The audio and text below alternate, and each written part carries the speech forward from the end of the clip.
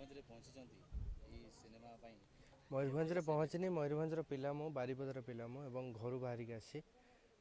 First of all ବହୁତ ଖୁସି ଲାଗେ ଯେତେବେଳେ ନିଜ ଗାଁରେ ଆମ ୟୁନିଟ୍ ପହଞ୍ଚିଥାଏ, ନିଜ ଫିଲ୍ମ ଆରମ୍ଭ ହୁଏ ଏବଂ ଯେଉଁ ଫିଲ୍ମରୁ ମୋର ଜର୍ଣ୍ଣି ଆରମ୍ଭ ହୋଇଛି ଡିକେ ମୁଭିଜ୍ର ତୁ ମୋ ଲଭ୍ ଷ୍ଟୋରିରୁ ଯେଉଁଠୁ ମୁଁ ଏଣ୍ଟ୍ରି କରିଛି ଇଣ୍ଡଷ୍ଟ୍ରିକୁ, ସେଇ ଆପଣମାନଙ୍କ ଭଲ ପାଇବା ଆଶୀର୍ବାଦ ଯୋଗୁଁ ଆଜି ପୁଣି ଥରେ ହେଇପାରୁଛି କୁହୁ ପ୍ରଡକ୍ସନରୁ ହେଉଛି ତୁ ମୋ ଲଭ୍ ଷ୍ଟୋରି ପାର୍ଟ 2 ଆଣ୍ଡ ବହୁତ ହି ଏକ୍ସାଇଟେଡ୍ ଅଛି, ବହୁତ ହି ଆଶା ଅଛି ଦର୍ଶକଙ୍କର ଯେହେତୁ ପ୍ରଥମ ପିକ୍ଚର ଭଲ ହେଇଥିଲା ତେଣୁ ତାର ପାର୍ଟ 2 ବି ସିକ୍ୱେଲ୍ ମଧ୍ୟ ତାଠୁ ବେଟର୍ ହେବା ଦରକାର।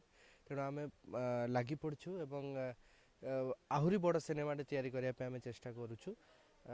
ସୁଟିଂ କଥା କହିବି ବାହାରେ ଆମେ ସୁଟ୍ କରୁଛୁ, ଆଣ୍ଡାମାନରେ କରୁଛୁ ଆଣ୍ଡ ଭେରାଇଟି ଟାଇପ୍ ଅଫ୍ ଆପଣ ଦେଖିବେ ଫିଲ୍ମ ଯେତେବେଳେ ଦେଖିବେ ଆପଣମାନେ ଜାଣିପାରିବେ ଯେ କ'ଣ କ'ଣ ୟୁଜ୍ ହେଉଛି ଆଣ୍ଡ ସେତିକି ଚେଷ୍ଟା କରିବୁ, ପରିଶ୍ରମ କରୁଛୁ। ଷ୍ଟୋରି ପୁରା ନୂଆ ଷ୍ଟୋରିଟେ ଅଛି, ନୂତନ ଧରଣର ଷ୍ଟୋରି ଅଛି, କୌଣସି ବି ଜାଗାରୁ କପିରାଇଟ୍ସ ଆସିନାହିଁ, ରିମେକ୍ ନୁହେଁ, ନୂଆ ଷ୍ଟୋରି, ଫ୍ରେଶ୍ ଷ୍ଟୋରି ଯେମିତି ତୁ ମୋ ଲଭ୍ ଷ୍ଟୋରି ଥିଲା।